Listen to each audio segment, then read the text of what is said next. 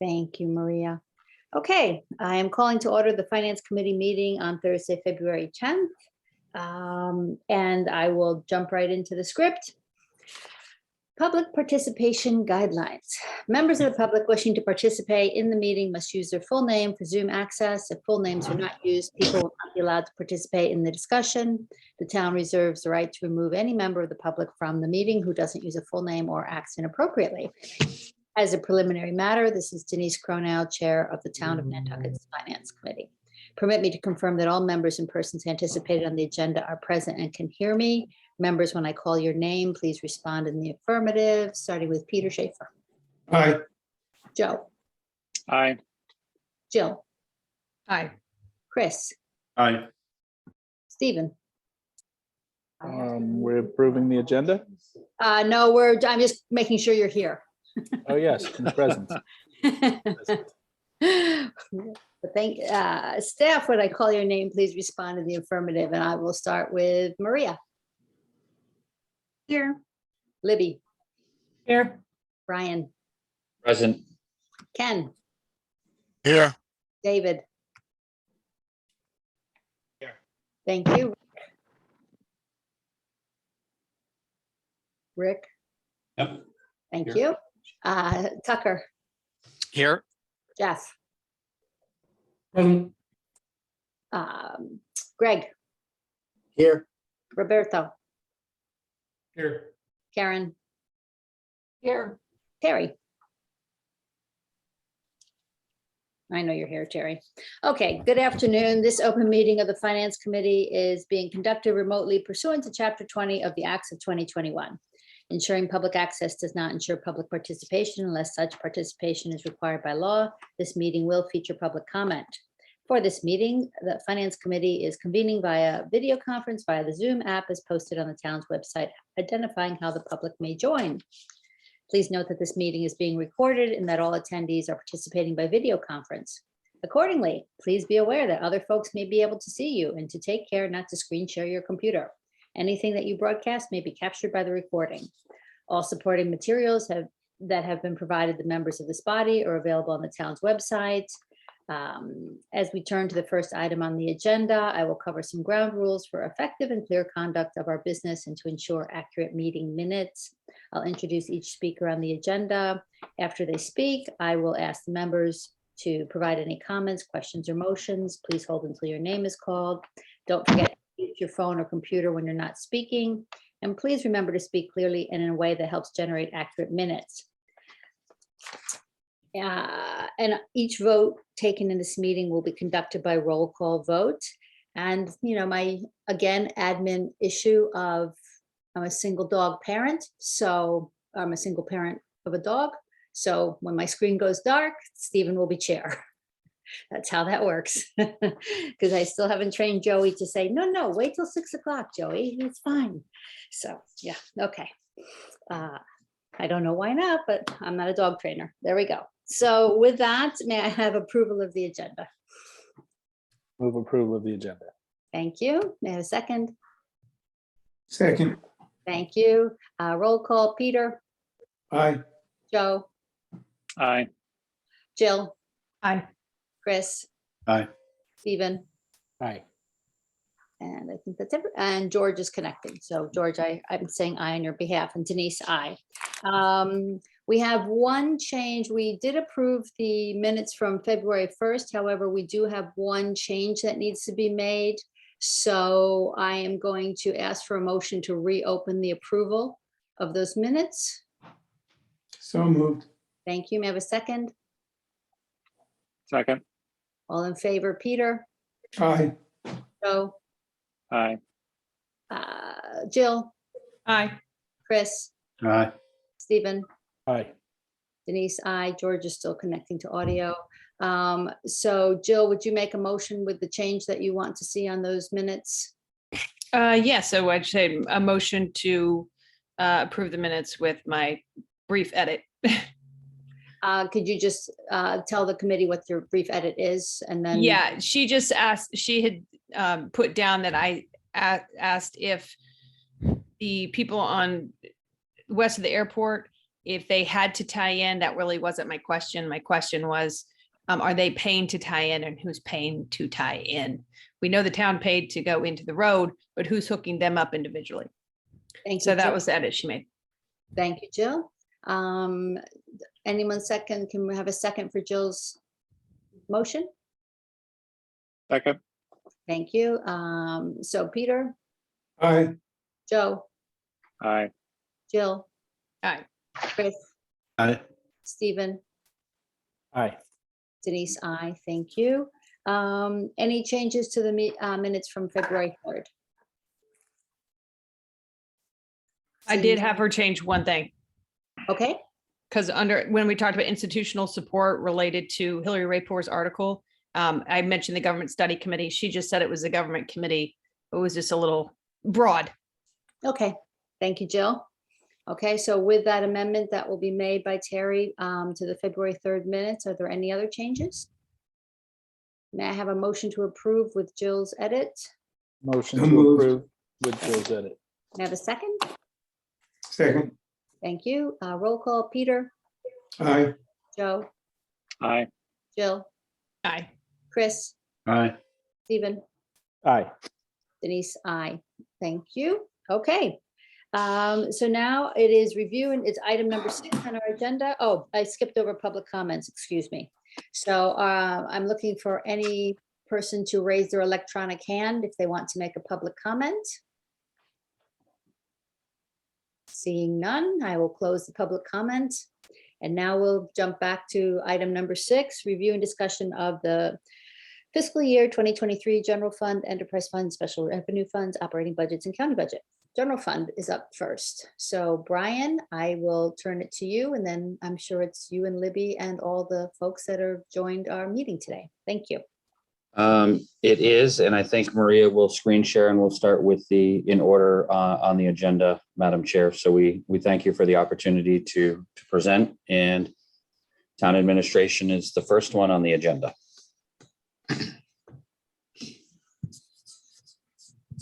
Hang on one second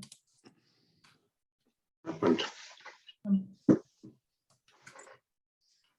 Okay, so I'll start, and I will probably need to be helped along a little bit by Greg and Brian and possibly others.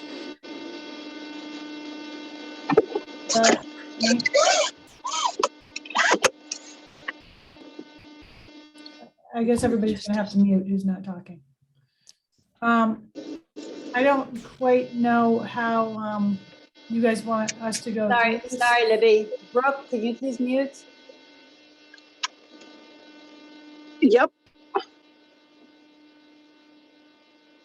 Because I think you're the background noise at this point. Still not mute. Oh, thank you, Brooke. Okay, great. Sorry, Libby, go ahead. But that's okay, that seems better. So so this is the town admin department that has the town manager, 2 assistant town managers. One of those is vacant currently. We have our operations administrator, who is Erica. We have our public records person, who is Maureen. She also helps out with meetings and minutes. We have our office administrator, Katie, pays all our bills, orders our supplies, and handles a number of operational issues. We've got Florencia, our public outreach coordinator. Housing, DEI are also under town admin, and also HR, but we're focusing on the core of town admin in this budget here. So our office is responsible for administering townwide policies and procedures. All these things noted under the department description. I won't read this as we go. Our mission is as noted there, and a lot of this comes from the charter. Our department goals currently are these items listed here. Obviously, we support the select board strategic planning priorities, and we work on developing strategies to implement each goal. We are currently working on plans to address housing issues for town employees. This is becoming very serious and difficult, and we have a number of initiatives underway. We're working on helping with developing the action plan to go along with the Coastal Resiliency Plan, which was adopted earlier this year, early January by the select board. It was endorsed by them. We're working continuing to work on municipal facility strategies for centralized and more efficient government operations, including these projects that are listed there. COVID-19 is not completely gone as much as everybody wants it to be gone, but there continue to be issues that we are working on with other departments and state agencies that are ongoing with regard to COVID. And we're working to accelerate sustainability efforts. That's also a strategic plan area of the board, and that includes a variety of areas as noted there. In fiscal 22, we have some initiatives and accomplishments to report out on. Initiative 1, obviously, this, and again, this is ongoing, assisting the board with its strategic plan and implementation of the various goals. The Coastal Resilience Plan. We hired a DEI director almost a year ago, and that person is Kamal McCarthy, who is about to become Dr. McCarthy. He's working right now, very involved in the early stages of developing a DEI strategic plan, as well as a number of other initiatives. And again, our efforts to identify and create housing opportunities for town employees. We have a procurement out right now. We're working on investigating some real estate acquisition possibilities, as well as possibly what a housing stipend or housing allowance might look like, a program possibly for that, and the town building some housing is also under review.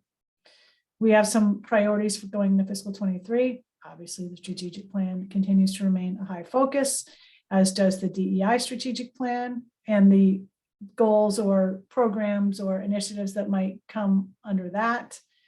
The key recommendations of the Coastal Resiliency Plan, I think you all know, because I think one of you is coming to this. We have a design workshop, a 2-day, all-day design workshop, design thinking workshop session at the beginning of March, and that will help us get at this.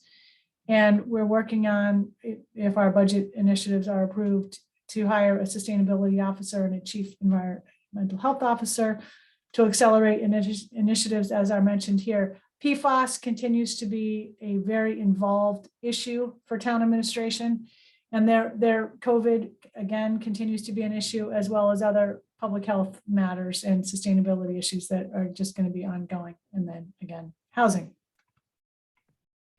Significant changes from year to year are listed here. We are spending a lot more time and effort on housing than probably we ever have before. We definitely have staffing and other resource challenges to manage growing needs of the town. We are going to be figuring out the ongoing statewide implementation of the short-term rental tax, the American Rescue Plan Act. There are some specific parameters around the expenditures of those funds, and we're working on what those can be spent on. Again, ongoing challenges revolving around COVID and the emergent public health issues that I just mentioned. Key issues are listed here. Ability to deliver increased service demands while living within limited growth projections. We are really strapped right now. And housing is definitely an issue, getting into the second item there. Cost of living challenges, all of these are issues coupled with I forget what it's called, the great retirement or great exodus of people from the workforce. I was on a sidebar, I was on a Mass Municipal Association workshop earlier this week about hiring for public works departments, and it expanded into other town departments, but this isn't unique to us. As one of the presenters put it, people are too young, too old, or not experienced enough to be qualified to fill some of these positions that a lot of times depend on institutional knowledge or other specialized expertise that towns rely on, that people are just not applying for jobs. They've had it with COVID, they've had it with restrictions, they've just had it. So it's definitely impacting us. Growing emphasis on these sustainability and other environmental issues, municipal facilities.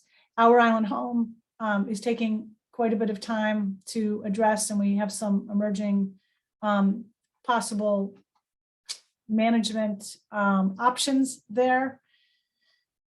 Municipal space needs are clearly an issue, even if we are able to secure design funding for a centralized municipal facility, as we have in a capital project request for fiscal 23. That's not going to even be underway anytime soon. And we are possibly looking at renting office space for employees that are new positions that are going to be needed to deal with a lot of these key issues and goals, emerging issues again with PFAS and COVID. I was not really going to go through these graphs. I think we're happy to answer any questions if anybody has any about them. Focusing on the exceptions, I think you all have gotten as of today or will be getting very shortly the Capital Program Committee's report for fiscal 23 capital project requests. I just forwarded it about 3:30 to everyone.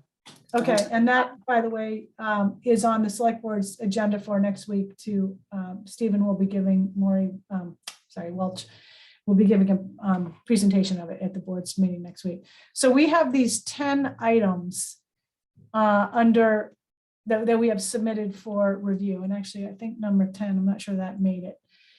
The 2 fairgrounds municipal office building design. So that would be a centralized facility at the 2 fairgrounds site. Continuation of our townwide document management system, which I think this is year 2 or maybe even 3. And Greg or Brian, feel free to jump in if I'm saying any of this incorrectly or if it needs additional explanation.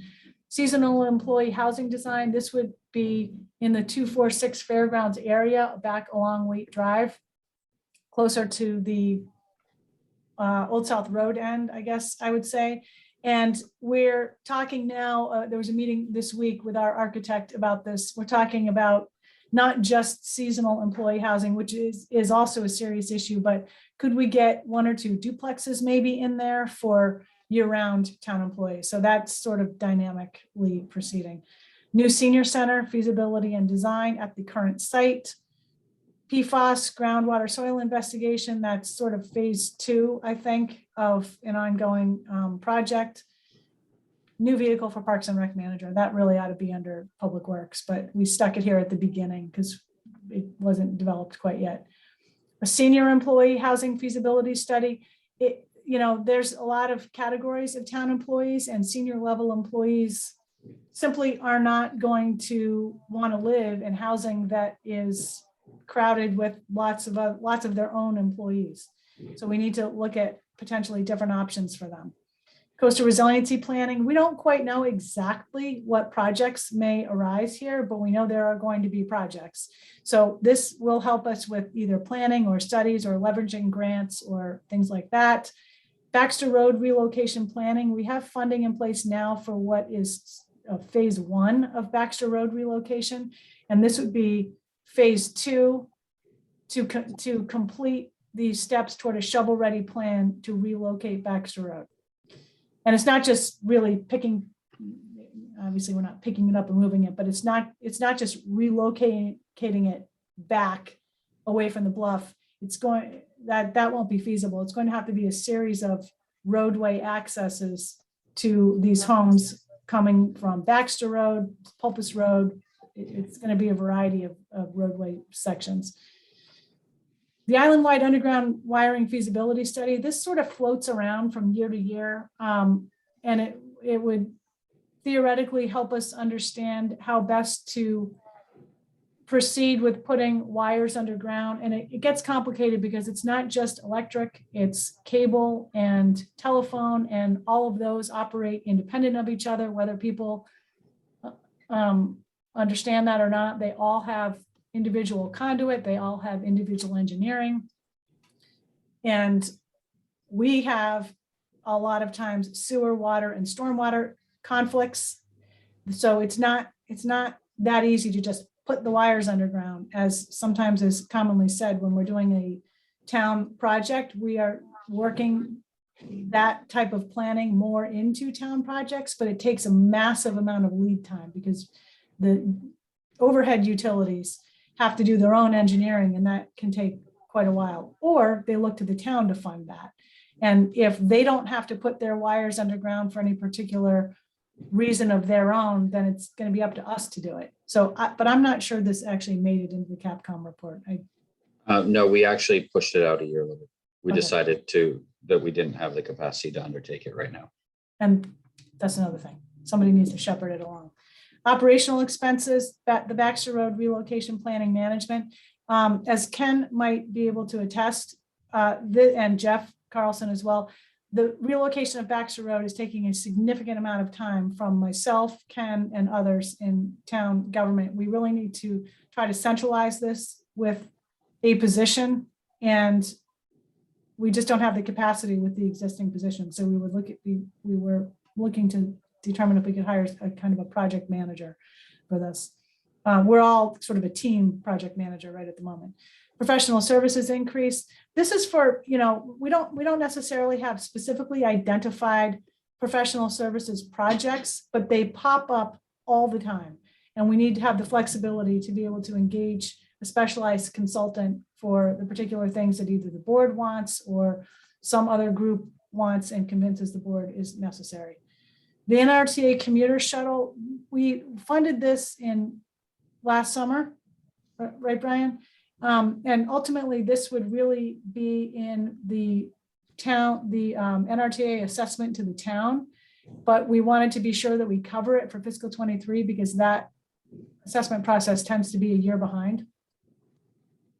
And we were also, we're also putting the funding in the event that it's not something that can be added to the cherry sheet or isn't considered a new service. There's some steps that the Nrta has to go through to be able to qualify it. And if it's something that we want to do, we wanted to make sure that we had the funding available to do it in the event that that wasn't able to be accomplished. Thanks. Thank you, Brian. The historic preservation, the historic sidewalk preservation and repair study. This was something that the Nantucket Historical Commission originally submitted to the CPC for funding in fiscal 23. The CPC was not really feeling that it should be funded through that funding source because they typically for something like this would look for a town share or match. And they weren't really ready to undergo that approval of that level of cost. So we agreed to put it forward in our budget, and this would be primarily the Upper Main Street area. If anybody's walked along that in the past several years, you'll see it's really challenging to walk along there, and it's going to be even more challenging to determine how to fix it with the massive tree roots and other conflicts that are existing in those sidewalks. So this would help us figure out a way to repair those sidewalks in a historically preserved manner. And we would most likely seek a grant to help us as well, because I'm not sure 40,000 is going to be sufficient. NCTV additional support services. This is a little bit of a placeholder. The select board is going to be talking at its meeting next week about hybrid meetings, and we're working on a report to them about what it will take in additional staff or NCTV resources and or equipment to continue with hybrid meetings and expand it to other boards, committees, and commissions besides the groups that are using it now. And it also a little bit depends on whether or not the state is going to extend its remote meeting permission past April 1st, 2022. So that remains to be seen, but so that's why it's a little bit of a placeholder. The Delta Playing Fields lease. We have not actually budgeted for this in the past. We've kind of been admittedly a little bit putting it off. However, this is actually airport jurisdiction, these playing fields, and they have been, I won't use the word harassing or hassling, but they have been talking to us consistently about the need to actually pay the lease. So we need to start budgeting for that on an annual basis. Office space, as I mentioned before, this is also a little bit of a placeholder. We might need to rent office space because we are bursting at the seams with, it sounds a bit not right, because on the one hand, I'm saying we don't have enough resources for things. And on the other hand, we're hiring employees, which we are, but we don't have them yet. And in the interim, we are going to need to find some space for them. Select board strategic planning initiatives, again, something of a placeholder. There are definitely initiatives that are going to come out of the board strategic plan They did not make, the board did not make too many changes to its strategic plan in 2021. That might change in 2022. We haven't had our strategic planning session yet in 2022, so we're not quite sure, but we expect that there probably will be some cost associated with it. Brian or Greg, please add to anything that I neglected to say. No, you covered everything. Regarding the e-document project, Libby, we are engaging with sewer department. That's our phase 2. Great, thank you. And phase 1 was who again? Health? Public health and natural resources. Questions? Okay, so Peter, you're up first. Thank you. Libby, I read or heard that a gentleman bought 30 lots up at Richmond for an average price of $230,000 a lot. Did we get involved in that at all? Looked at that? Or was that just a pocket deal? Tucker or Ken, could you address?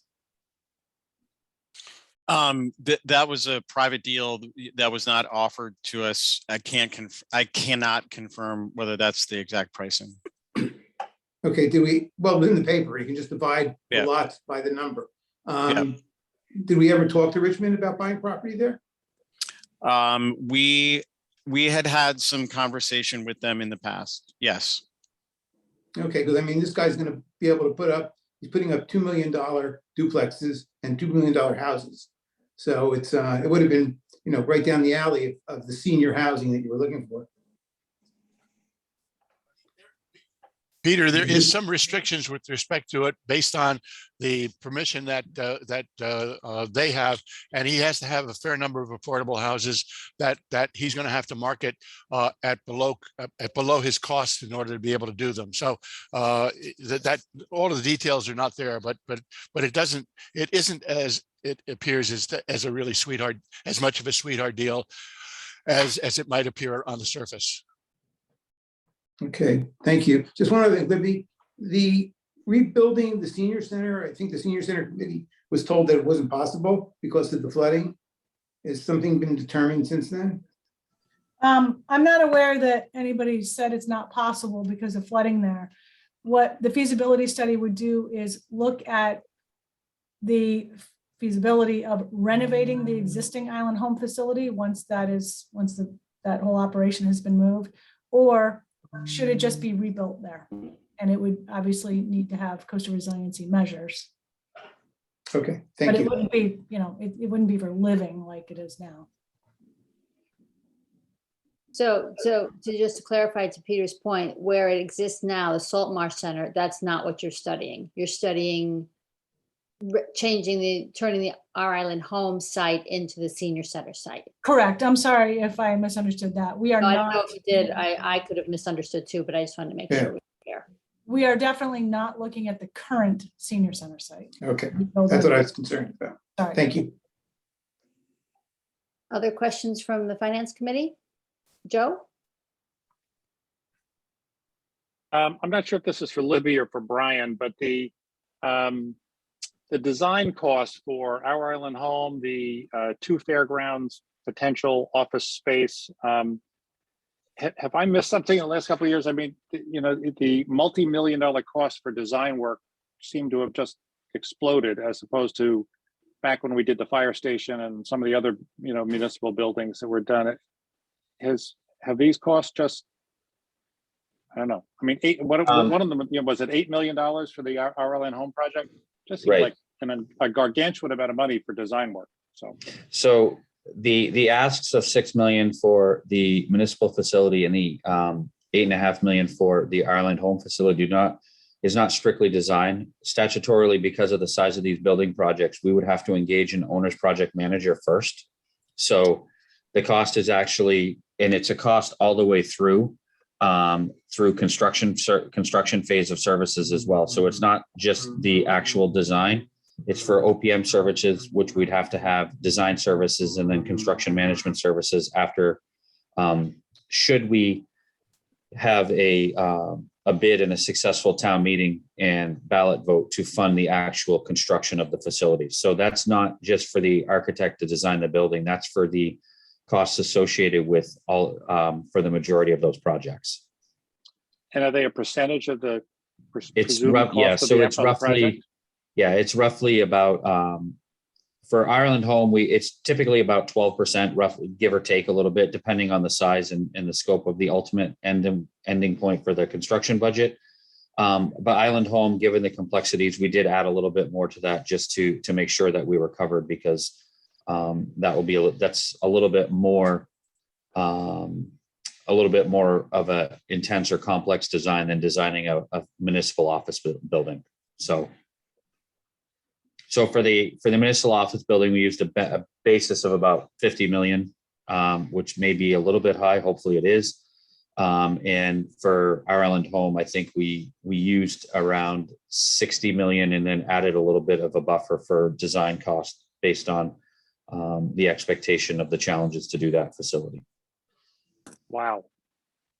Yeah, I added up when I was going through the budget reviews through the storyboards. I think there's a total of $15 million of design and OPM, et cetera, et cetera. And so my question was to follow on Joe's, which was to say, then the outlook for capital coming in the outcoming years, I'm guessing from what you've just said, if it's only 110 million, we're probably doing well. I would say that there's definitely there's a fair number of larger scale projects that are coming down the road. And I mean, as evidenced by, and I think the town manager and I have indicated, there's a lot of challenges from an infrastructure perspective, and there's a lot of needs. We still haven't, the plan that we put forward this year, not only with the 2 capital requests or the long-term plan, still doesn't even include the actual building of a senior center, which I think is on everybody's goals. So it's certainly, there are some larger scale projects that may be coming in the next few years, and we'll work diligently to manage when we propose those or phase them in versus how what we're phasing in at this time or for what's been approved. Thank you, Brian. We also, just to add on to what Brian is saying, municipal construction is very expensive. And there are a lot of code issues that are not required in private construction. And there are a lot of procurement costs not required in private construction. And I think we've all seen the price of materials has skyrocketed. We always think we've budgeted in the Nantucket factor, and then we go out to bid and find that even that hasn't covered it. And then we have to go back for more money. Harbor Master Building, case in point. So, Libby, my favorite question for you today will be, do you get to keep your trailer or not for your office space? You had to bring that up, didn't you? I did have to bring that up. Well, the trailer is there, is most likely there until the bitter end. And we haven't really decided whether or not we're going to go back to the HDC and ask for the approval again, but we do have a concurrent plan to move it to the landfill for take it or leave it facility purposes. And there is available funding for that. We need meeting space. If we're going to, pretty soon, hopefully, God willing, things are going to get back to be more normal with in-person meetings and hybrid meetings even, and we are going to need meeting space. And so we are going ahead to outfit that trailer, at least in the short term, for that purpose. But I couldn't say right now if that thing is going to stay there. Well, no, it seems, it doesn't seem logical to spend potentially spend $100,000 in office rent and not be able to use the trailer. It just doesn't seem logical to me. But yeah. And actually the trailer is not even for offices, it's for meetings. Okay. Although, Roberto, do we have somebody in there right now or no? We're doing our vaccine clinic there.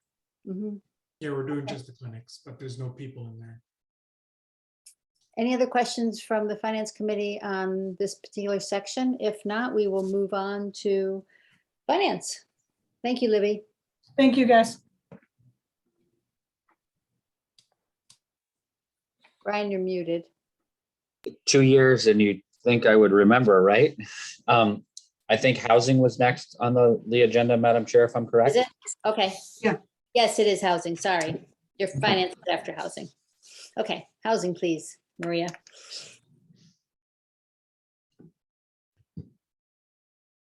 And Tucker, you really can emphasize, spend time on the exceptions. Please, go through the description and mission briefly. We know what you do. So you don't have to spend so much time, reintroducing that to us. It's really, we're more interested in, what's coming up for you. So thank you.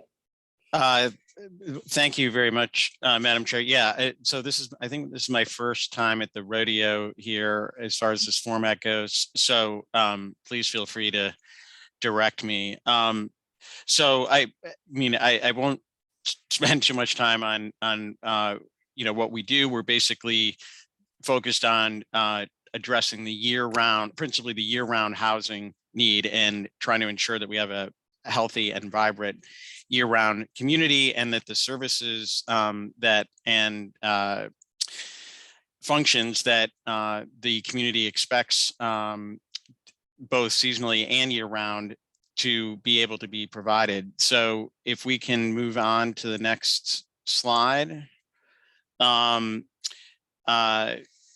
Taking goals from the Select Board strategic plan on housing, the three principal goals are around continuing an uninterrupted period of safe harbor under the state's 40B law. We have 3 times over the course of the last 3 years been able to have our housing production plan certified, and we are currently in a period of safe harbor running until the end of this year, December 15th of 2022. Goal number 2 is around a greater understanding of the demand and supply at the full range of incomes for, call it, the workforce of our community. And finally, a new goal added by the Select Board this year was around developing a strategy to increase home ownership opportunities. So we have had several initiatives over the course of the last year. As the committee is aware, we have facilitated and broken ground at 31 Fairgrounds Road. The Richmond Wildflower Acceleration is well underway, with buildings being constructed there and anticipated occupancy this spring and summer. We were able to do our first bargain sale purchase for property that may lend itself towards ownership type of opportunities in the White Street acquisition. We are presently on track to close on some property at Bartlett Road, which will add approximately a dozen rental units, as well as contribute toward that further safe harbor maintenance. And 6 Fairgrounds Road, we are keen to finally be able to move forward with, now that the lawsuits are behind us and the tax credits have been awarded. And that project is slated to close on the financing if agreeable terms around a loan from the town can be reached. The closing would happen by May of this year. So looking at our priorities coming up for the year, we are keen to get going with the property at 135 and 137 Orange Street. I can talk a little bit more about that in a moment. Also, we are interested to move forward at property we acquired previously at Vesper Lane, and are working in conjunction with the hospital on, as well as property, as mentioned, at Bartlett Road. We see the a key component to answering the ownership opportunity in the creation of a community land trust here on Nantucket. The Vineyard has an entity like this already in their Island Housing Trust, and we've been able to work closely with those folks on establishing one here. If we go down, similar to, I won't spend a ton of time here. It's relatively limited. I would, I guess, mention on the operating side, our expenses go towards things like the update of the housing production plan, the demand and supply study that we're planning on procuring, and also out of these funds would come the funding for our closing cost assistance program at the 150 level, where the assistance at 80 and 100% are provided through CPC funds. So the exceptions, and is there, I mean, I don't know if this is the correct way to talk about it, Madam Chair, but there really are three principal funding articles beyond the operating budget on the warrant for this year. One you talked about at the last meeting with regard to the $5 million bonding from the CPC, and greatly appreciate the FinCom support of that. Secondly, there is the capital item that is the $1.625 million appropriation, which is level funding to last year. In conjunction with that comes the request for a $10 million bonding authorization, similar to the $6.5 million bonding authorization that came last year and was approved. Finally, there's the third element, which is a separate article, Article 20, which is an additional $10 million debt exclusion. And Madam Chair, I don't know if it's useful for me to share some of the information that I had sent yesterday. Tucker, not until we actually deliberate those articles. Okay. Because more appropriate at that time. So we won't be doing that tonight. Okay. So yeah, so that's better done just in time when we do those articles. So thank you for the presentation, and any questions from the Finance Committee? Seeing none. Thank you, Tucker. Excellent. Thank you. Good. Folks, I think what we can do, because we did spend quite a lot of time, I know each member of the committee, on all the storyboards in preparation for the Saturday Snowmageddon Day. So I really think that it's appropriate that, let's talk about what you want to do in 23, and thank you very much for everything you accomplished in 22, but we all read it, right? And exceptions. That's really probably the most interesting part in terms of going forward. So let's focus on those. Thank you. Over to you, Brian. Thank you, Madam Chair. Thanks to the entire FinCom for the ability to talk about the finance budget. Our goals really for every year are pretty much the same. We continue, the staff works very diligently to make sure that all the financial statements and reports that we produce they're reliable to all the stakeholders, be it in town, out of town, bond rating agencies, auditors, that they're free from any potential bias and they're reliable, and they help effectively formulate the financial data to help the town administration make management decisions. The budget, we've worked really hard. Maria, I cannot say enough about the work that Maria has done on rolling out the online budgeting platform. It's certainly, we've got some goals in 23 to make that an even better process than it has been now. And with Rick's help, the members that have been the liaisons to the capital program committee certainly know that we've worked really hard to roll out a capital planning software, which we're working on implementing some design changes that the Capcom has worked on. And we're working on making that more robust so we can put it online for the department, for the town and everybody else to have access to in a more easily and readable manner. Maria, if you could keep going. The priorities for 23. Again, achieve an unqualified audit and get the annual comprehensive financial report designation from GOFA. Again, I can say that every year since 2014, through the hard work of the department, we've been able to attain that designation. So that's kudos to all the people and the staff that work so hard. Ensure that all the Department of Revenue schedules, recap, free cash certifications, Schedule A's are all completed and submitted in a timely manner.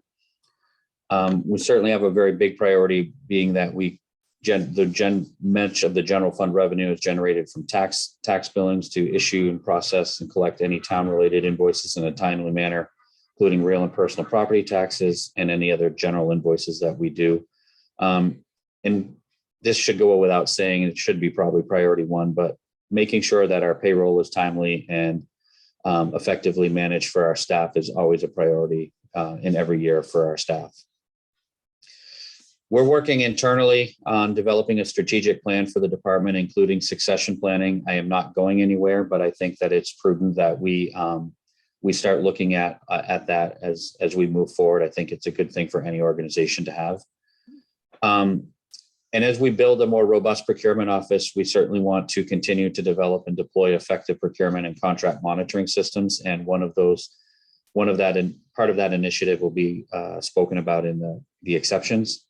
And we're working on building a forecast and funding strategy for the Coastal Resiliency Plan and the other large capital projects, which touches on something that you mentioned previously, Madam Chair. So Maria, if you would go to the exceptions, please. So for exceptions in the finance department, we have two. One of them is a procurement administrator. The 114,000 does include the health projection for health insurance for the potential new employee. This procurement administrator really is going to be focused on contract management. We continue to grow and we continue to do numerous procurements, and some of those have complex contracts that need to be administered along with them. And right now it's not only Rebecca, the assistant procurement officer, but it's myself working on managing and handling all of the contract administration. And there's a lot of work in the beginning. With many companies want numerous changes to our town contract. So there's a lot of work that goes into getting those contracts finalized. And speaking with town administration, I think that in order to develop a more robust procurement office, the next step would be to have somebody focus on administering the town, focus solely on administering and working with the town departments on the contract administration. And then secondly, an accounting clerk in Treasury. This was a position that we had prior to COVID. It was vacant at the time COVID impacted us. So we did eliminate it for fiscal 21. This position would report to the treasurer and primarily would be responsible for posting all of the cash receipts packets into the treasurer's cash book, working with the accounting side and making sure that the postings were timely done, and then making sure that the money was deposited. As a point of reference, the town collects approximately $140 million, and every dollar comes through our office, whether it's a credit process through credit cards, whether it's cash, whether it's check, everything comes through our office. That equates to about 9,000 individual cash receipts every year that has to be processed. And right now we're doing that with just the assistant treasurer and the treasurer, which is certainly limiting the treasurer's ability to take on some of the other items that really probably need to be addressed in terms of some things that normally she would have time to accomplish. So we've requested an additional accounting clerk in the Treasury Department to help facilitate the cash receipts process and free up some time for the assistant treasurer and the treasurer to focus on some other areas that would certainly be of a benefit to the town. And with that, I'm happy to answer any questions from the committee. Thank you, Brian. I do not see any hands raised. As always, thank you for your leadership on this topic. Joanna? Sorry, I just wasn't quick enough. I just wanted to talk a little bit, Brian, about how, the funding of, I think particularly some of the capital projects and also the Coastal Resiliency Plan, and how you knew I was going to ask. You weren't going to get away. That's all right. Only because, I think that I have maybe said this before, or at least suggested this idea that we have some sort of a filtering process of how we are prioritizing these projects and how we maybe are ranking them in terms of, because I probably see them in two different ways, right? Projects that are urgent and expensive, projects that are, you know, less urgent, and then sort of regular CapCom projects that we have to do anyway. And so as we get into this, I'm wondering about, you know, two things. One is how you see that filtering process, and then two, how you see financing some of these solutions and how you see fundraising for some of these solutions, because, you know, there's grants out there for this, and you know how complex this all is, right? Sure. And that's a really great question. So thank you. I think, I mean, every project that we put forward to Capcom goes through an internal ranking process, trying to tie it to some type of strategic plan, to coastal resiliency plan. So I think some of it is already done now as well. In that respect, there are certainly some planned projects that go to Capcom that just are, we need to do facilities maintenance and things, and they're really going to be difficult to tie to those. But the major projects, we certainly look at those through those lenses. When I mention that, I'm really looking at the $900 million of estimated costs associated with the actual coastal resiliency plan projects that may or may not need to be done. There's certainly some building projects, you're correct, that need to be done as well. So there's well over $1 billion worth of projects if you add all of this up. I don't know, honestly, I couldn't tell you today how we would fund all of them, to be honest with you. We're in the initial stages of, at least I am from a financial perspective, of digesting the report.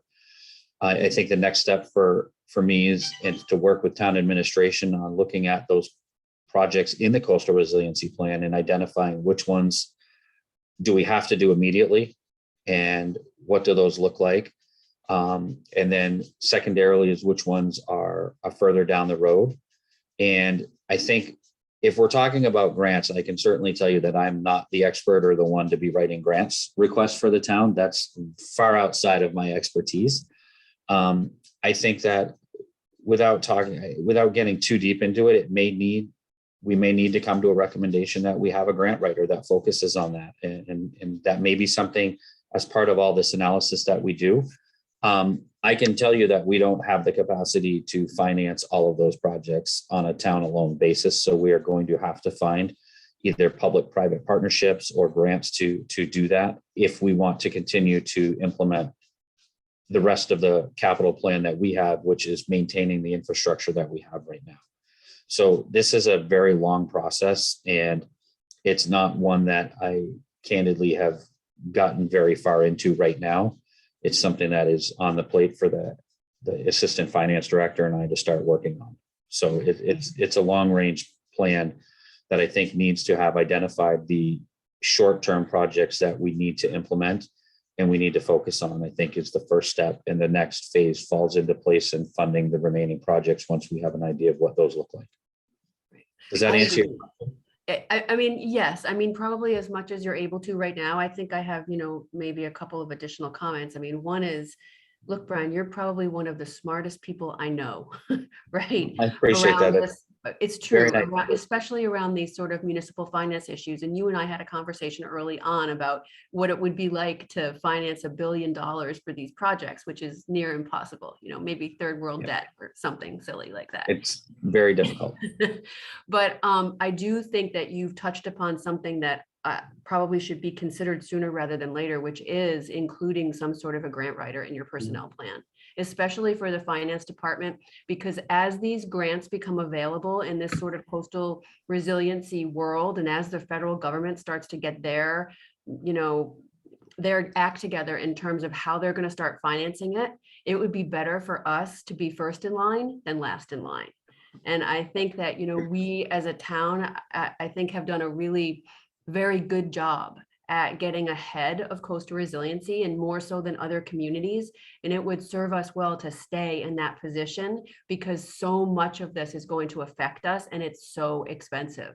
So I think, you know, my comment to you would be, if you can get even a part-time grant writer into this budget, it would serve you well to do so. And otherwise, thank you so much. You're welcome. Thank you. Thanks, Joanna. Any other questions for Brian? Okay, thank you. Thanks, Brian. Human Resources next. Who's taking that? Is that Greg? Or is Amanda on? I have, everybody's like a half an inch high on my computer. I think it might be me, unless Amanda's. Okay. Is Amanda on? I do not see her, Libby. I think we may have told her You would do it? we do it. I Yeah. think this is you and I, Libby. Okay, and Greg might have to help us out too, or whoever. So we've got these goals here. Yep. And obviously they're kind of, always ongoing. We obviously need to administer our human resources, policies, and programs effectively and efficiently, and maintain compliance with all legal requirements. We are working very hard on recruiting and retaining a diverse workforce, and we will probably see some additional programs or policies or protocols that come out of the DEI strategic plan regarding that. And we are always working to align personnel management and contract negotiations with the goals and objectives of the board. Fiscal 23 priorities are just listed here. We are implementing we are about to kick off a compensation and classification study. Amanda and I are actually meeting tomorrow with our consultant, and we would hope that we could implement recommendations in fiscal 23, but of course it will all depend on what the recommendations are and what they might cost and whether or not they require collective bargaining, which they most likely would. Application of the DEI strategic plan recommendations would be a priority, and it's always a priority to uphold compliance with state and federal requirements.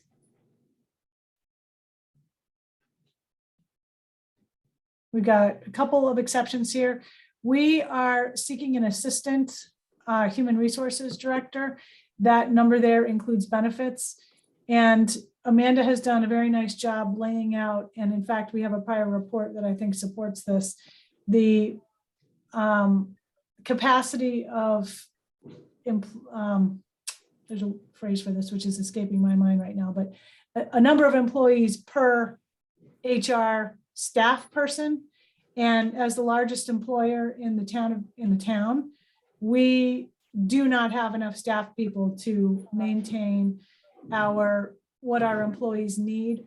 They need more and more, especially now. We have mental health issues, we have physical health issues, we have work issues that are all complicated because of what's been going on the last couple of years.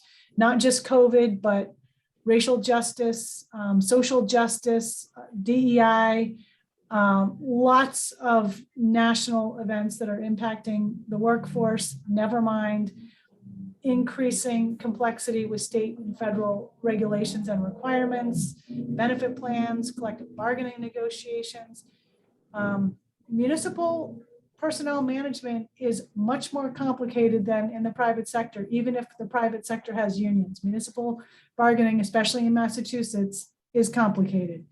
And it takes a lot of focus and attention. So we really need a second to Amanda. Amanda is amazing, and she is overburdened at the moment.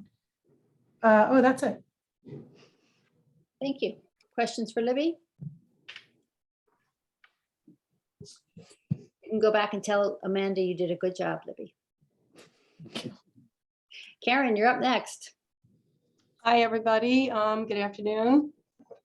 I guess we will start at our goals. As always, our priority is to provide a reliable and secure method of access to our town resources, making sure that everything is up to date, working, and safe and secure.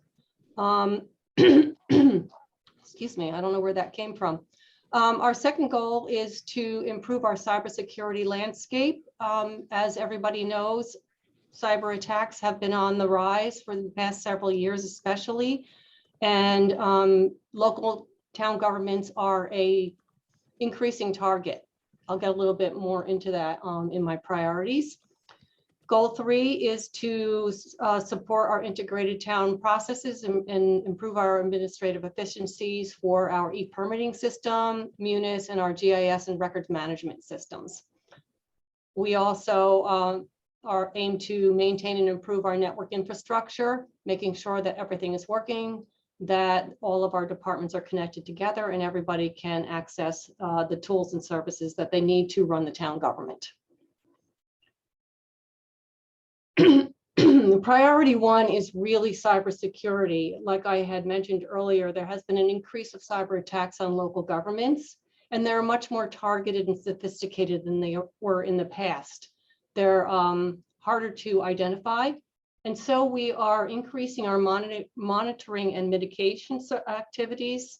We're increasing our cybersecurity awareness training. We have been participating with the state cybersecurity awareness training grant, and this is our 3rd year. We also perform new hire onboarding with our own internal cybersecurity training program. We are implementing multi-factor authentication, utilizing a Cisco product. And we're increasing all of the tools that we use to protect our network. So there is an increasing need to provide these tools and for personnel resources to implement these tools. For priority two, Microsoft is moving in the direction of cloud services. And in order to keep up, we plan on migrating the Exchange email system to the cloud and also add cloud-to-cloud backup so that we have appropriate and complete backups for all of our systems, both on-premise and in the cloud. We're hoping to upgrade the wireless network in fiscal 23. Our current wireless network is aging out, and we don't have a centralized control dashboard, which we really need. Again, priority 4 is to continually assess and improve upon our department fiber and/or wireless connections between the departments to make sure that there is adequate bandwidth and redundancy. And as always, our last priority is to make sure that we continually upgrade and monitor and manage and maintain our business critical applications such as Munis, GIS, and our Nrta e-permitting system.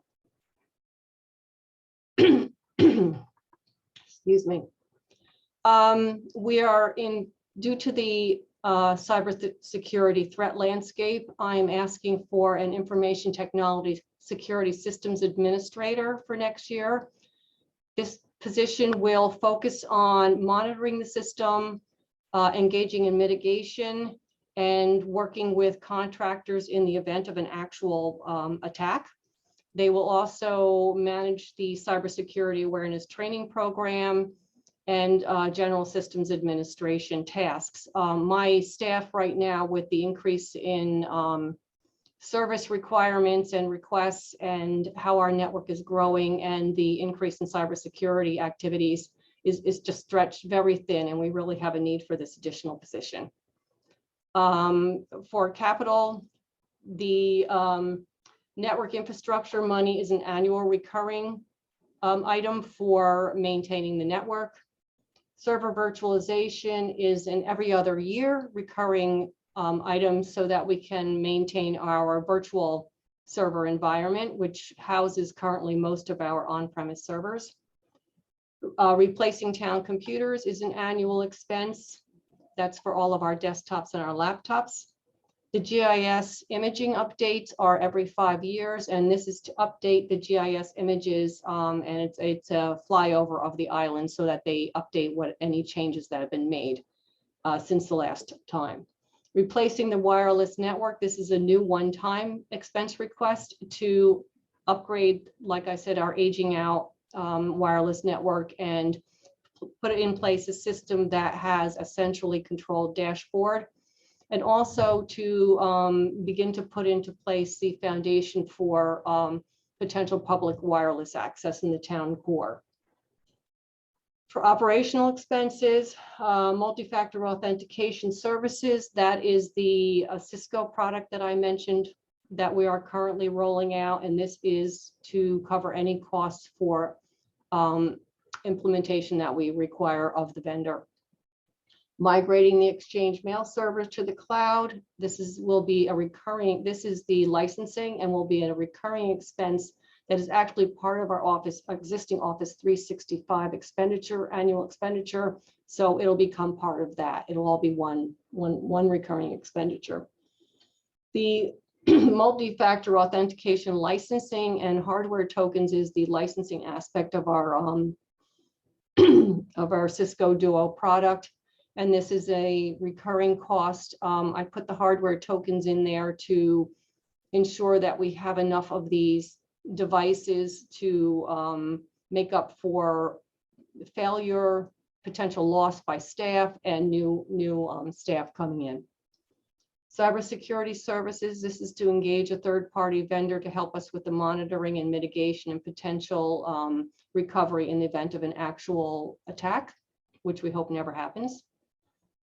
And upgrading the mail server. Oh, I'm sorry, I got that backwards. The item 2 is the one-time implementation costs by Dell, the Dell partner. And number 5 is the licensing that's going to be part of our Office 365 environment. And Karen, you notice how all of us just jumped on that because you had it backwards, right? We were all right there in the moment, able to say, Karen, don't you have those backwards? Okay. Yeah, Karen, you don't have to go through all the, I think it's pretty clear what these are. So Okay. anyone's are, thank you. Yes, I have a lot. I apologize. I have a lot to ask for this year. Any questions? Thank you, Karen. Any questions? It's all pretty straightforward. And I'm hoping that everybody, oh, Joe, go ahead. Yes, Joe. Just a quick question. What do we do with obsolete and used equipment? Do we simply discard it? Is it, can it be reclaimed or what have you? I just was, sounds like you're turning over a lot of equipment, Karen, so. We use the equipment until it's depreciated down to 0, which in the case of laptops is about 3 years, and desktops it's 5 years. The hard drives are removed and destroyed, and DPW takes care of the disposal and or any recycling for that. As for the wireless network, that equipment is going to be aged out and probably obsolete by the time we replace it. If other town departments, such as a school, has a need for it, we always ask. Thank you, Joe. Any other questions? And I'm hoping that everyone's doing all their security training that we get sent by the state, because it's important for all of us to, with town emails, to make sure we aren't a window into cyber attacks. So thank you for that plug, Denise, and I will bug everybody periodically. Thank you, Denise, also for mentioning that, because we certainly wouldn't want to have to report to anybody that it came from a FinCom email. I feel very confident that the finance committee's on top of this. So they are. Yeah. Good. Thank you. Thank you, Karen. Great. Thank you very much. Jeff, it's your turn. All right. Good afternoon, everyone. Again, thanks for having us. I know it's nice to check in with everybody on all of these things. I'll try to be brief because I know we're trying to be sensitive to time. So I'll touch on a couple of these and I won't get to all of them because I know you've read them. One of our main goals for this year, we've been tasked by town administration to start really looking into some way to formalizing a sustainability program for the town and rolling that out into other town departments and really bringing that into the town's operations. So that's something that we're really focusing on this year. When we get to expense increases, we've requested a person to kind of be the hub of the wheel for that for all of us. We've already talked a lot tonight about things like coastal resiliency and environmental sustainability. And obviously there's always concerns with water quality and surface water quality and the general environmental health of the island. So I think all of those things kind of wrap together. And the other one I wanted to point out of the 5 that we put there is goal number 4. And I think Denise touched on it pretty early. Oh, excuse me, Joanna touched on it earlier. Grant writing is something that for us, we've really identified as a really critical role for the folks in our department. We spend a lot of time putting together grants, and we 100% agree that developing some sort of programmatic grant writing function, at least in our department in the short term, is going to be really critical for putting together some of the planning initiatives and developing out some of the goals of the coastal resiliency plan. And as we start to put together the sustainability initiative, How that's going to be funded in the short term as we start to develop a budget to be submitted as our part of our regular town budget moving forward. Identifying grants and things is going to be really critical for us. So that's two of the five that I think really kind of highlight our expense increase requests for this year. I'm happy to answer any questions about the other ones. But again, I'm just trying to be brief. I won't bore you all with all the initiatives for all of our different programs. We have a million different programs and divisions. We're very diverse from wetlands protection to coastal resiliency to water quality to the shellfish hatchery. The outdoor environment provides a lot of opportunity for things to happen and to do well. So obviously our priorities moving into the year really focus on this bringing in sustainability and really also reinforcing and formalizing resiliency within our programs. As those are new, and I think those are going to be ongoing programs for the future as well to really make sure that Nantucket's moving forward in a positive direction. So again, I'm happy to take questions on these, but I won't bore you by reading them word for word. So I think where the crux of it comes to for our exceptions that we've requested for this year, I'm actually going to take these in reverse order if it's okay with folks, because it makes a little bit more sense. In an effort to bring in sustainability and to dedicate staff time towards it, we're going to do a little bit of a departmental reorganization that's proposed and create a little bit more of a structure where there are different divisions within natural resources that all come together and work together, but each division has a little separate focus. To do that, we're going to try to bring in some folks to lead those divisions. The sustainability manager is obviously critical towards implementing the select board's goal for the sustainability program. They'll be overseeing that division within the department. That's a new position, and that expense also includes health insurance. But we really feel that having someone that can, be the resource for staff and reach out to the other departments, especially, the energy coordinator and plus and the solid waste coordinator at the public works, and work with our team to really start putting some sustainability goals and directives for the rest of the town forward is really going to be critical. The other one we've listed there is a conservation agent. One of the things we've seen demand-wise, the number of filings that come into the Conservation Commission is can be pretty overwhelming at times. They take in anywhere between 100 and 150 per year, and that doesn't even include things like Wisconsin Bluff project and monitoring and those things. And right now, that work is all done by myself and our previous office manager, Joanne Dodd, who's left to other pastors at this point. But we are really looking at filling a new position to kind of take that role and free up some more time for the rest of our staff, provide more in the field time, more inspection time. We added a coastal inspector last year. Morgan Sale has been doing an outstanding job for us in that, and we really feel like that program is moving in a really positive direction, and that piece is kind of the final step to really get it to where it needs to be and be its own division within there. And then the last one, number 2, is the one that we've asked for a couple times, and I think the first time we brought it up, it was kind of an interesting idea that didn't get put out the full way. But I think anything that's been learned in the last couple of years, at least in our department, is that public education and outreach is really critical for the things that we're trying to do and go forward. So we put forward this public outreach specialist position again. 50% of it would be within the natural resources department. 50% of it would be within health.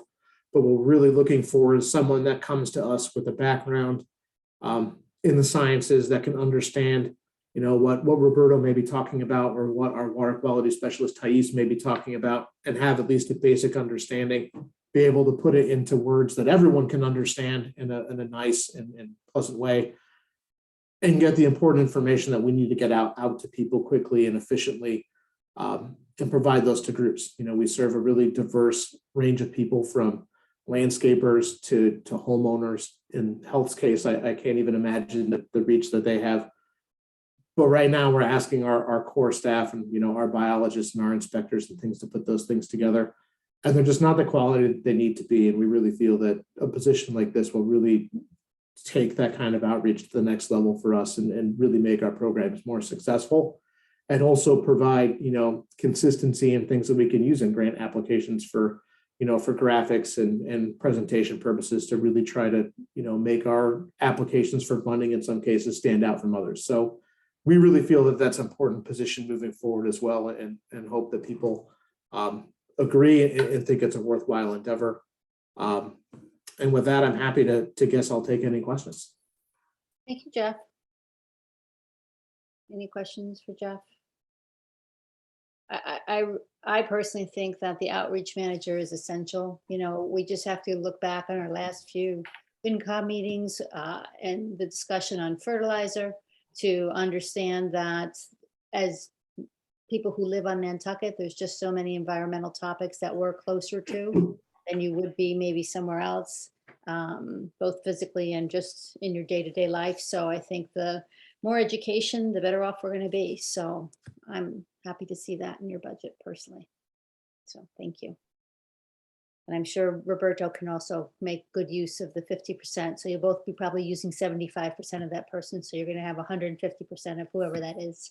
So yeah, I think what's been helpful is when we were able to move into the same location together here in the old fire station, that person won't be having to travel around. They can be, located here and work, directly with Florencia in the town admin office to get stuff up and use her guidance, but also we don't want to overwhelm her with stuff. So we think it'll be really useful and hopefully really, really be helpful for everyone. thank you, Jeff. Any other questions or comments for Jeff? Okay, thanks, Jeff. All right, if it's all right with everyone, I have a Concom meeting going on right now. I'm going to hop off. Bye. If you have any other questions, feel free to email me. Okay, thanks, Jeff. Plus, Leslie, I'm guessing you're up. I'm up. Good, thank Great. you. Thank you, Denise. Thank you all for the opportunity to go over our budget tonight. I think you're all very familiar with what we do here at Plus, so I won't bore you with all of that. Our department goals for the upcoming year are to continue to improve our efficiency in processing permits and inspections and issuing permits. That's something that we've been working on since Plus started in 2012, and it's something that we will continue to improve upon. Our second goal is to continue to encourage professional development for all of our staff. A lot of our staff are credentialed in some way. It's really important that they stay up to date with current trends, practices, and the codes that they have to work within. And COVID's made that somewhat difficult. So hopefully, we'll be able to do some in-person things as well as online. And then third, to achieve additional operational efficiencies, which I sort of touched on already. It's a work in progress, and I think we've done a lot over the past few years. Our 2023 priorities.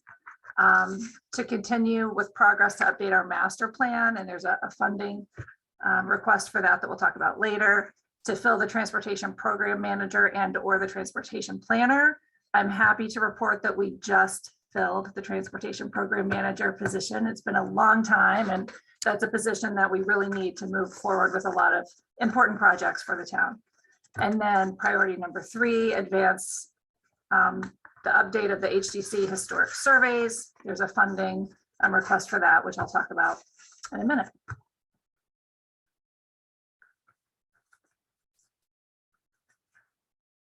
All right, so our exceptions for 2023. Personnel, we're requesting $10,000 for overtime. We do have an overtime budget right now, but because of all of the regulatory work that's very, very deadline driven here, plus just the application load between building, HDC, planning, and zoning, there's a lot of work and a lot of overtime. So the $10,000 will help bridge the gap between our budgeted and actual amounts over the past few years. The land use specialist, this is a position that was funded. We moved some funding around for some other things, and now we want to fill it again, except we want to change it up a little bit, and this person would do work primarily for the Historic District Commission, which definitely needs extra staff support. They would also do the work for the Zoning Board of Appeals. I've been doing that, and we need to have someone else take that on. So hopefully that's something that will be supported. Most of that funding is in our budget now. We're moving around some funding from the building department to bridge the gap there. For operational expenses, $25,000 for an update of the architectural surveys for HDC. Those were last updated in the 1980s. We did get some funding last fiscal year, well, which is the current fiscal year. And we've been working on that. We were able to leverage the funding that was provided to get some grants. So we're hoping to do that again. We're making some progress in the downtown and we'd like to continue that progress. The architectural surveys are a really important resource for the Historic District Commission when they're reviewing plans for new projects or changes to existing structures. Update of the 2009 master plan. We've been working on that. It was a little bit delayed because of COVID and everything related to that, as well as the census information, which was delayed. And we have been working with Weston and Sampson on a build out analysis that's taken a lot of money. We have other consultants that will need to engage for public outreach. We'll have to do a lot of advertising. We'll need to do some public relations work. And it's really important that we get this important plan updated. Replacement vehicle for Plus. This vehicle would replace a 2007 Ford Explorer that is in desperate need of replacement for our inspectors. And with that, I'll take any questions if anyone has them. Thank you, Leslie. Brian probably has the answer to this question. Brian, where are the legal fees for when there are suits against the town, like the Dover Street one that just came up? Where does that, what budget does that sit in? That would sit in the general legal fund budget, if there was any fees that we had to pay for that. Okay, thank you. Because I know that was part of a, it comes out of the building commissioner makes a ruling and then from there, blah, blah, blah. Okay, good, thank you. Joe. Just a quick follow on to that. I probably should have asked this when your section was on, Brian. Our fees to K&L Law, are they spread around all the departments, or is there a central budget? And I'm curious, what do we pay them a year? The vast majority of the fees are in the central budget, which is the legal budget, which is under town, is administered through town admin. If there's specifics, the town budget handles primarily everything, including general matters, negotiations, everything like that. The various enterprise funds have their own legal lines just because they're separately, like water and airport. And Plus may have some legal fees that they actually pay out of their budget, but the vast majority of the legal fees are all administered through the centralized account. And the centralized account budget was about $500,000? That I think it was, it was about $500,000 that we had, yes. Okay, thanks an awful lot. Sorry to interrupt. Nope. Thank you, Leslie. Any other questions for Leslie? No? Okay, then over to Town Clerk, and Stephen, over to you as chair.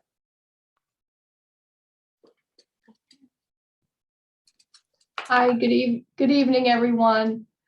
I realize that I have probably one of the less profound budgets on here, but thank you for your time and listening to it.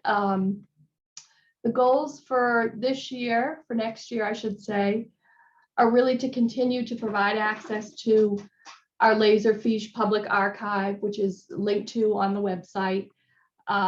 We're very proud of what we've got so far. We've been using a Laserfiche archive for 12 years, and we were able to replace the unit this year. And not everything, we've scanned hundreds of thousands of documents. Not everything we have is allowed to go up for public viewing, but we keep adding to it. And my goal is to continue that and expand that, as well as to encourage other town departments to look at their paper storage and look at the state records retention schedules. The state has made a lot of new rules there in recent years. For example, if in some cases that it's not an original paper document, as in the case of minutes, for example, if the document is securely scanned, the scanned digitized document can be the record and the paper does not need to be kept. So we're always looking at trying to reduce paper that isn't necessary. And to that end, down to the priorities, initiatives is reorganization of our vaults here. We've been working on that for really the last few years and continue to. We went up to our offsite storage again recently, and we're able to, get rid of some things there. And I think we all need to look at, what paper we're holding because we're at such a crunch for space. Priorities are for a more official training program for our election workers. Most of our election workers, not most, but a large amount are very long-standing people that have been with us for many years, and they're key in training the new people. But I would like to have a more official program. It's hard to meet in person, so I'd like to try something visual and make sure that they all get the training that they are actually supposed to have.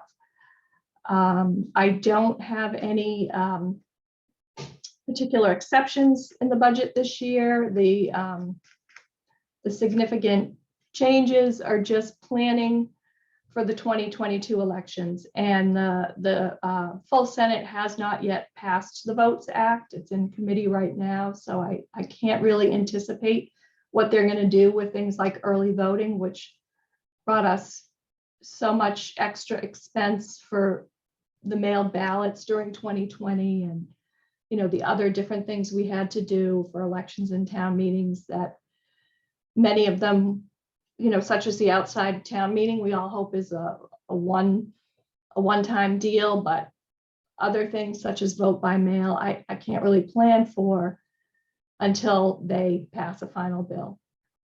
So that is really all I have in particular today. If anybody has any questions, happy to answer them, and thanks for your time.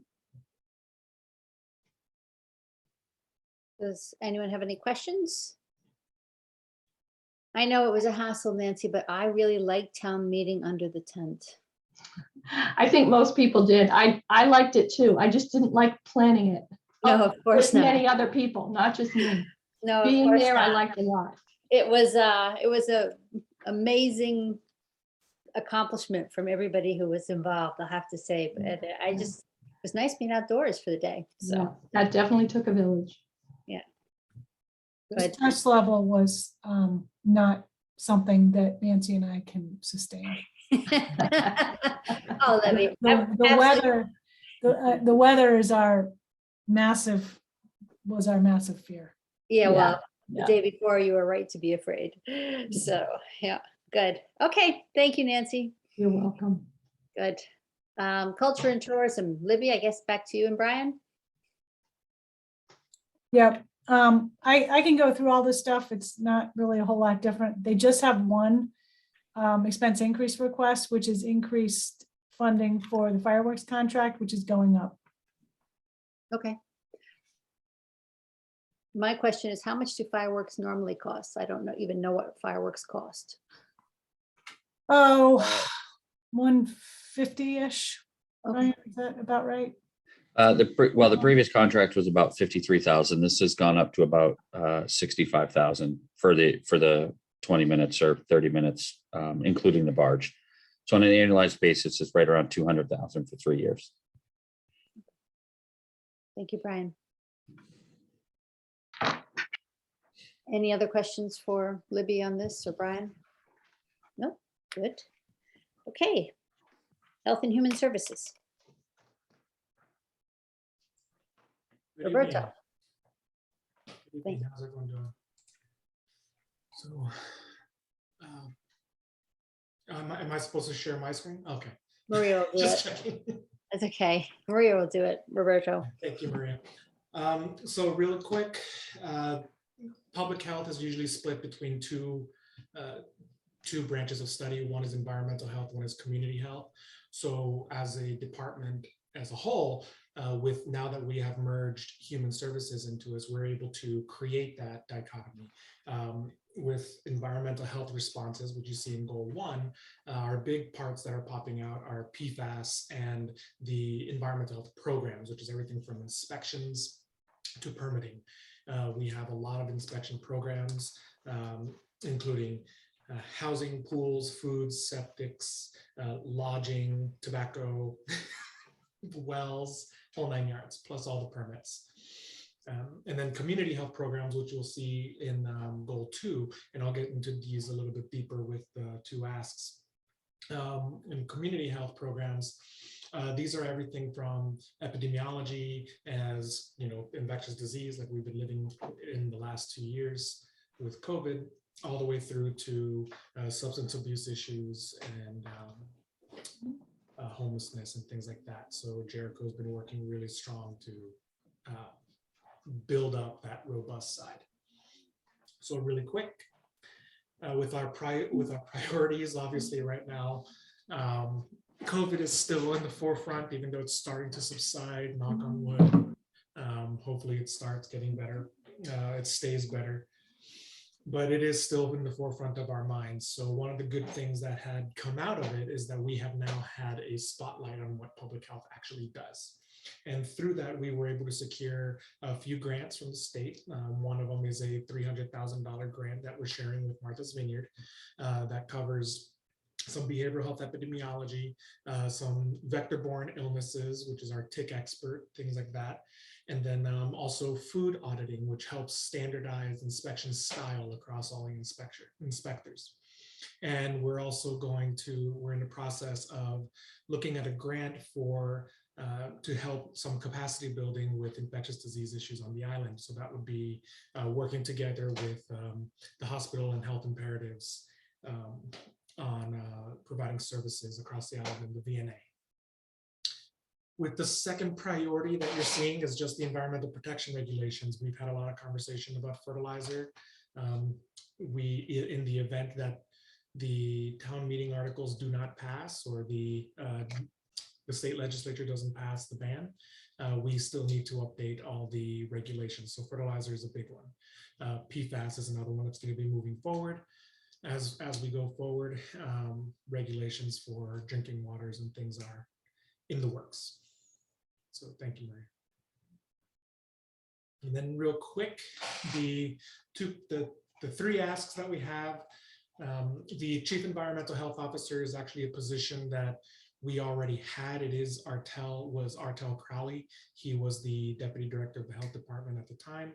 He retired last year in September, and we had to negotiate with the union to get this position out of the bargaining unit. So that's why it's now called the Chief Environmental Health Officer. This is a supervisor position, which will be overseeing the 4 inspectors that we have, as well as performing inspections and helping write environmental health regulations. And then that public health outreach, or the public outreach specialist that Jeff mentioned and really expertly described, so I don't really have to build on that. We have seen in the last 2 years just how important proper communication is. And we're entering into another era of, for lack of a better word, environmental contamination. And you need really good communication expertise in communicating the science behind that. And then lastly, the 2 vehicles. We have, with the other inspector that we had part of the negotiation, so that was added last year. We're short 1 vehicle, 1 inspection vehicle, so we'll need to add that. And then the other inspection vehicle is a 2007 Ford Ranger that actually failed inspection. So we need to replace that now. 15-year-old car is a little rough. And then that's it. Thank you, Roberto. Questions for Roberto? Must be nice to be at a committee meeting where you don't actually get questions, Roberto. It's nice. It's nice. Looking forward to sleeping. Okay, thank you, Roberto. Thank you very much. Thank you all. And thank you for everything that you do. Really, I know it's a tough job and you keep us safe. So thank you. We like to joke about the committees, but if it wasn't for the whole team, we wouldn't be where we are today. So thank everyone, especially Libby. Great, thank you. Okay, Mr. Gray, you're up. The funnest topic of them all. Hello, everyone. Thank you for having us. The department goals continue to kind of stay on the same track here. We meet our state mandate discharge limits. We're continuing forward with CMOM repairs. I imagine a lot of people have seen the big national water main trucks out there for this last few weeks. They're back on the island doing a lot of lining of the sewer mains for us. Incredible process, and it's already taken out about 250,000 gallons of water a day out of the system that we don't need to treat. So II has been greatly reduced in the last couple of years. We're still moving forward with our comprehensive wastewater management plan, and we're looking forward to the Surfside area sewer project to be complete. They're in the stages now of the pump station build. They've had some issues with supply of equipment, but it's moving along well. And the third force main project will be getting underway here in the coming months.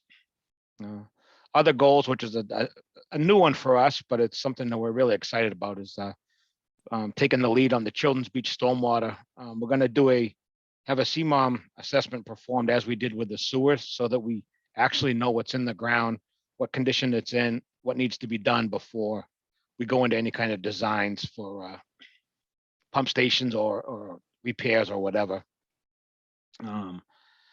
Moving into our initiatives is we're trying to take and continue with establishing a CMMS system for computerized maintenance management system. And we are going over to the microfiche of all of our documents, which has really been fabulous with the health departments and everyone else that's using it. So we're looking forward to that. Our priorities moving into it is definitely the third force main from C Street Pump Station.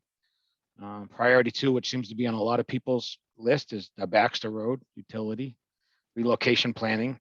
Again, PFAS is on a lot of people's radars as our priority 3. And we are still moving forward with our continued planning of the master plan. And priority 5 is a relatively new one for us.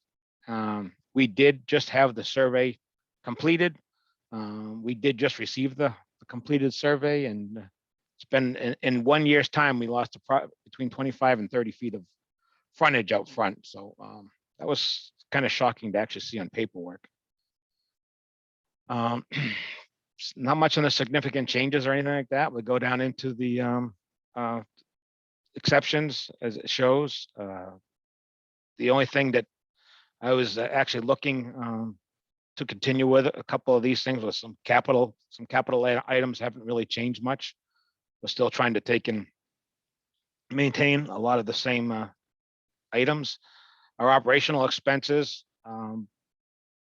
as anyone knows these days, to try to get a repair part, a piece for your car, or etc., the prices and costs have just gone through the roof. So we were just looking to increase that budget by a small amount.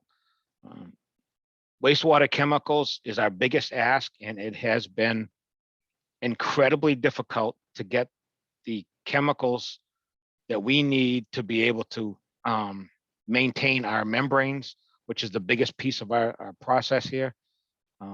Citric acid was non-existent in the country for anything except for food, and it really took some struggles to finally get some citric acid, and it was a huge increase in price, supply and demand again. And equipment still is the prices are going up, but chemicals was our biggest ask this year,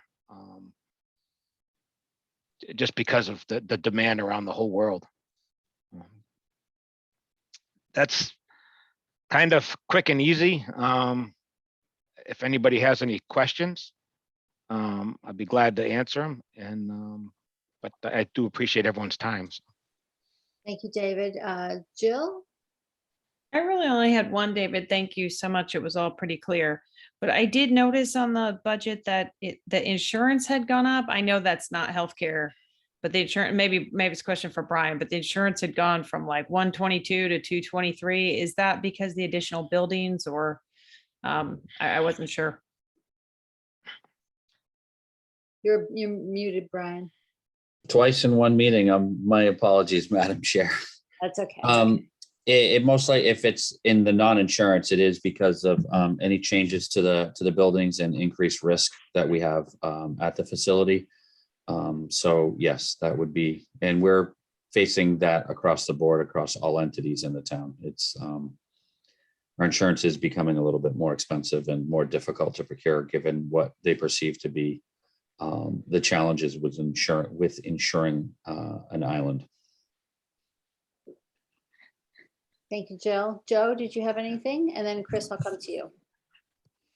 Yeah, just two quick ones. David, I noticed in your storyboard that you talked about the licensing of a lot of your staff. That people have been getting various truck CDL and other operator licenses. Do you have any concerns with recruiting and retaining, the particular skills that you need? That's question one. Question two is, can you just comment on overall capacity in the 2 sewer plants? Yeah, we trying to recruit can be very tough out here, especially trying to find anyone that might have had any experience in the wastewater or collections world. Luckily, all of our recent hires since we became a department have been locally retained, and a good portion of my staff, I would say probably 3 or 4 of my staff, are either actually trained chefs or had all kinds of background in the restaurant world. And they have turned out to be some of our best employees because they know an awful lot about time management, and which has been really good. Retention, I have to say I'm probably lucky. I have one of the fully staffed departments.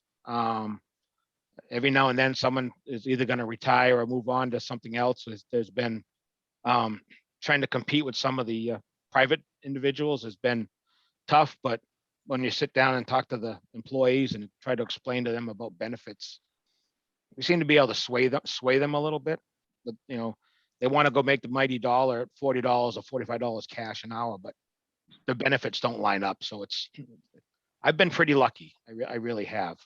And as far as the capacity at the facilities, Surfside, like I said, with the lining projects that are going on, we are removing an incredible amount of I&I daily, which gives us more capacity that we at the plant, so we don't have to treat clear water. Most of it's clear water or seawater from flooding.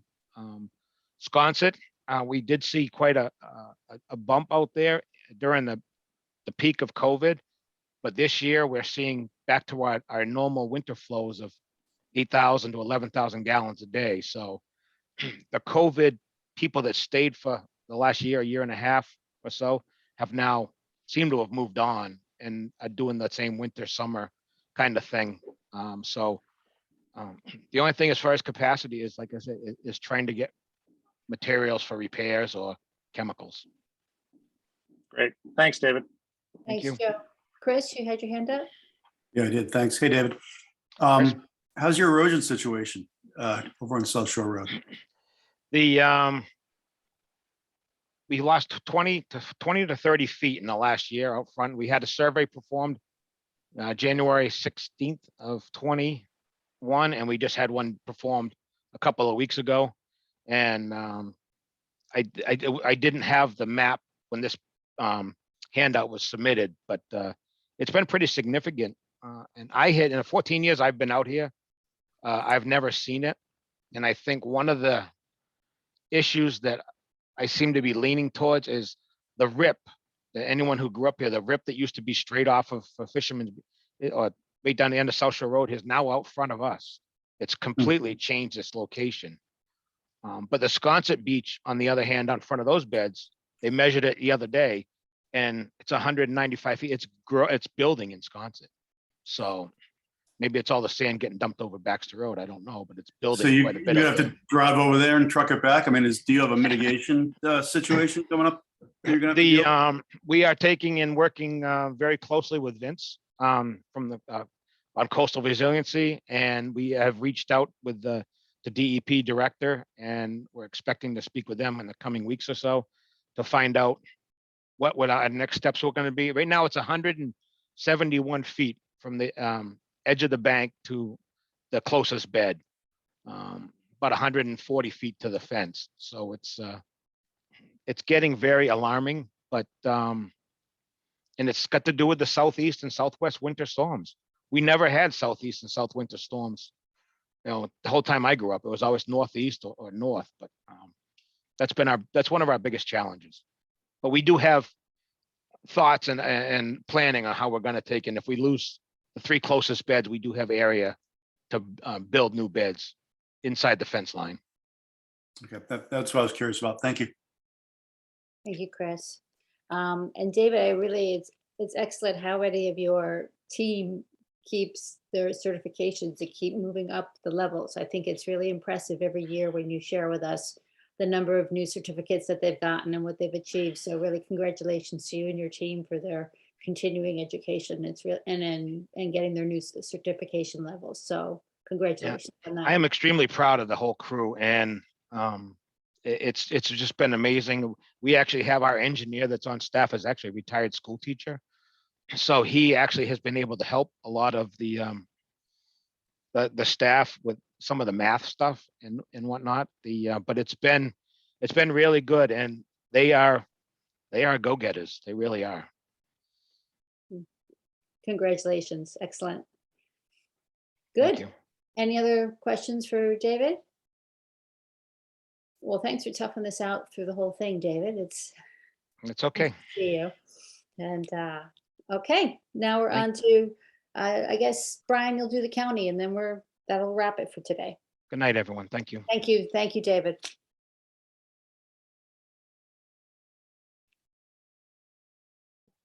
Yes, so Maria, would you share the county, please? So thank you again, Madam Chair, and the members of the county review to be able to present this budget to you. Just a quick refresher and reminder, because we only really do this once a year with the county. The county is made up of county administration and registry of deeds, which is made up of administration and deeds excise. Next slide, please, Maria. The revenue sources are the town assessment, deeds excise revenue, recording fees, corrections deeds excise, which is related to the public safety facility, and any fund balance from the registry of deeds excise fund balance, which is specifically, limited to use for projects or expenses related to the operation of the registry of deeds itself, and then any county fund balance. I will note as we go through this that we're not proposing using any fund balance from either of those two sources. Next slide. The projected revenue for the year for fiscal 23, the town assessment is projected to be $174,707. Deeds excise receipts are projected to be $637,500, which would be made up of county administration $382,500, and then registry of deeds fees in the amount of $255,000, recording fees of $180,000, and then correction deeds excise of $250,000. All told, projecting revenue of $1,242,000. Next slide, please. So the county funding requirement, which is also known as maintenance of effort, is by law, the county must provide a certain amount of non-deeds excise revenue to the registry every year. That amount does increase by 2.5% every year. The funding allocation was based on a starting point of $354,706. So we get to the $174,706 or $7 by subtracting the $180,000 of deeds excise revenue that's projected, and that gets us to the county, the town assessment to the county. Next slide, please. Projected expenses. As I mentioned, it is made up of 3 particular and distinct functions. County administration, we're projecting $258,984 In expenses, there are no employees funded through the county. The majority of these expenses are legal and professional services, and that's all. The Registry of Deeds, $523,679. This is where the 3 full-time employees reside. There's administrative expenses, including rent and other overhead, electricity, deeds excise, and special projects that the registrar may undertake.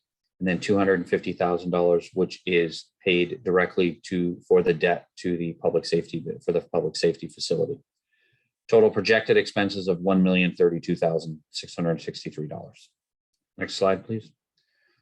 So on this last slide, we compare the 22 budget to 23. So you can see we are projecting about just under $12,500 increase.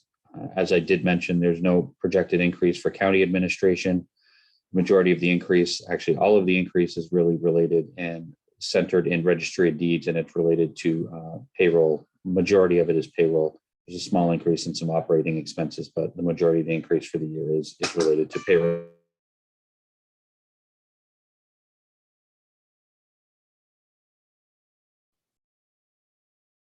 And Brian is frozen.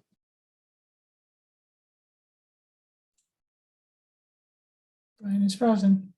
So I think we can read what's on the screen. Anyone have any questions? Pretty straightforward. When we actually approve this, we have to, as you all know, we have to have a county, we have to open it up as the county meeting and close it as a county meeting. So that's my only add to this discussion. Brian is still frozen. Said his laptop died. Okay. He's Where's browning. Karen? In the picture I can see. Where's Karen? Where's Karen? His is the 7-year-old laptop. Good. Okay. So I think if anyone does have any burning questions about the county, we can always address it at the next meeting. So with that, we had already discussed at the start of this meeting that we would move item number 7 to a future meeting so they can finish some of the things that they want to finish before we have to vote it and then re-vote it. So we just vote it once. Committee reports. Jill, I guess you can tell us the good news about the capital committee. Yeah, I mean, we just met briefly to go over the report, so we're still going to meet in the future, but the report's been written and there are a few minor edits he has to make, so. You actually sent it out earlier, right before we met today. So I forwarded it to all of you. So at least that version, whatever version that is, that's the one I shared with all of you. Good. Okay. Thank you, everyone. Our next meeting is Monday, Valentine's Day. Looking forward to sharing that with all of you. Yeah. So and Ken will be our featured star for Valentine's Day. So wear a red shirt, please, Ken. And we'll go through all the real estate articles. Is that because by being wearing a red shirt, I can be a better target? Oh, I didn't ask for concentric circles, Ken. I just if you want to do a process improvement, you go right ahead.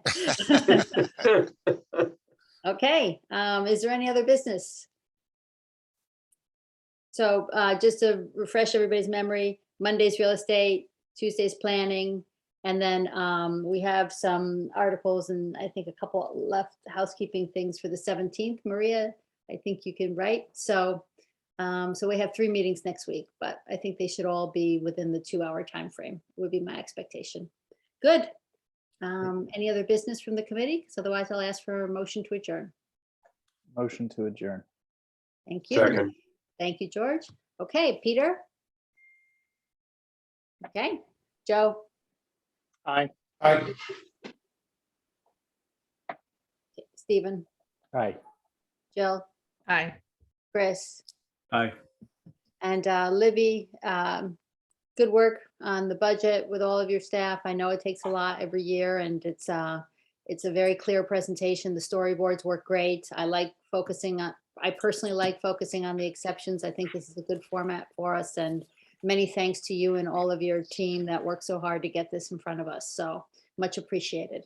Thank you. And Denise, here. aye, and motion adjourned. We're adjourned, folks. Thank you, everyone. Thank you. Thanks, everybody. Bye. Bye.